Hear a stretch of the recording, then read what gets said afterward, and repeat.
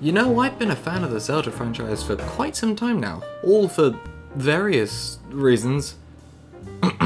So the idea of doing an episode on one of the installments has been on my mind, but which one to cover?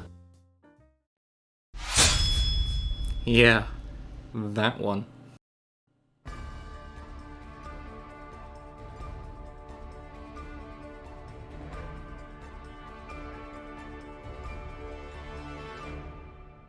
Skyward Sword was released in November of 2011 for the Nintendo Wii, and while it received quite a lot of high praise at the time for its unique overworld and gameplay, the metaphorical Lego piece under a bare foot was found in its motion controls, causing players to sound like, "God damn it, I didn't input that spin attack, you stupid son of a..."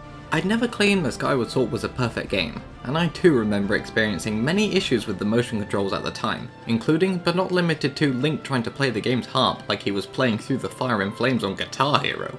But I still love this game, and here's why you shouldn't consider me insane just yet.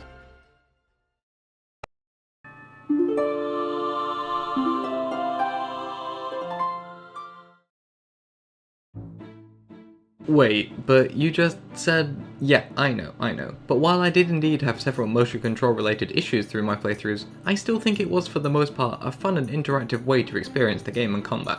Many, if not most of the enemies you fight throughout the playthrough require you to time and angle your swings to get maximum damage or to avoid being hit or stunned, leading to a Zelda game where I can't just mash the attack button like a very impatient man trying to send a Morse code message. For the most part, the items you acquire throughout the game are fun and cathartic to use, with the claw shots being a firm favourite of mine. The aiming controls could sometimes be a pain in the but on the whole they are solid enough to get you through the game's challenges and puzzles. Speaking of which, I didn't find the puzzles mind-blowing for the most part, likely due to my enormous big boy brain, but they are serviceable enough for the story, and caught 11-year-old me off guard a few times.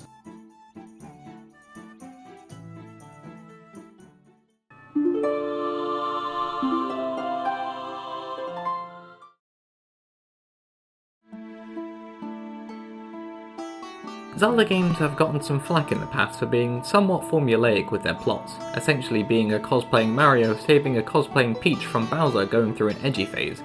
But what I love about some of the stories, and this is especially true in Majora's Mask and in Skyward Sword, is how they treat the character Link. While in Skyward Sword Link practically starts the game as the chosen hero by the goddess yet again, he is for the majority of the first half of the game treated as a complete failure, and rightfully so. He fails to save Zelda on multiple occasions, arriving late to dungeon after dungeon, like that one student to a Zoom lesson. This means that when he has to prove himself by going through the goddess's trials, you know, just like in every Zelda game, it actually means something when he, and by extension you as the player, succeed. Not to mention that most of the NPCs in Skyloft treat you like the literal dunce you basically are, as you hack at every pot and weed in sight, and fail to graduate as a knight, even though goddamn Pip made it? I mean, really? It's also interesting how this game takes place at the start of the Zelda canon, giving us a look at how Hyrule really began, even if that canon does more and more look like the after effects of a car crash involving giant squid people.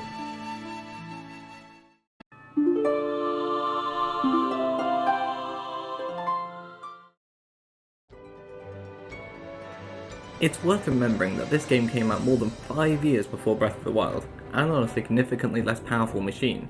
Despite all of this, Skyward Sword succeeds for me in making its game world feel big and exciting. Part of this is thanks to the design of the sky, a huge expanse of clouds which you explore with your trusty Loftwing.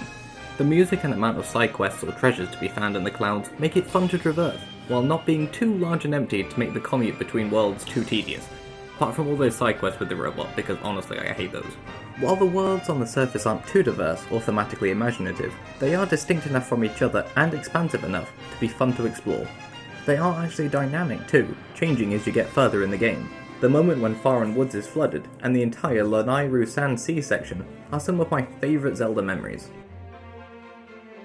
The races and creatures you encounter on your journey also give the surface a real sense of history and threat. That brings me on to the bosses, which are actually pretty interesting. Yes, it is true that some of the more forgettable ones fall into the usual Zelda pit of, gosh, I wonder where I have to hit him, But the more interesting ones, including the Leviathan and my personal favourite Koloktos, have you using your Skyward Strikes to slice off tentacles from a huge D&D monster, and using a massive ass scimitar to kill a giant robot after you've ripped off his arms and legs. and I love it. Fee is a character I have mixed feelings about. I mean, obviously she annoys the hell out of you during your playthrough with her constant statistics that even a toddler could have told you. But her character walk towards the end is actually somewhat satisfying, possibly due to Stockholm Syndrome. Cruz is your atypical bully character at the start, but even he gets a little bit of an arc throughout the story, which while not being totally believable, is presented strangely enough for me to enjoy it. Finally, on a more honest note, a lot of what makes this game stick in my memory has a lot to do with nostalgia for when I was 11, and Nintendo is nothing if not great at exploiting that. While I doubt I will ever stop playing video games and enjoying them, it is hard not to reminisce and think there will never be such an innocent or naive time in my life to simply pick up a game like this and enjoy it. Anyway, thanks for watching guys. All the gameplay in this video was from Caleb Simpson, who does a bunch of relaxed and positive game walkthroughs, including a great one he did recently on Chrono Trigger, so be sure to check him out. Anyhow, catch you next time.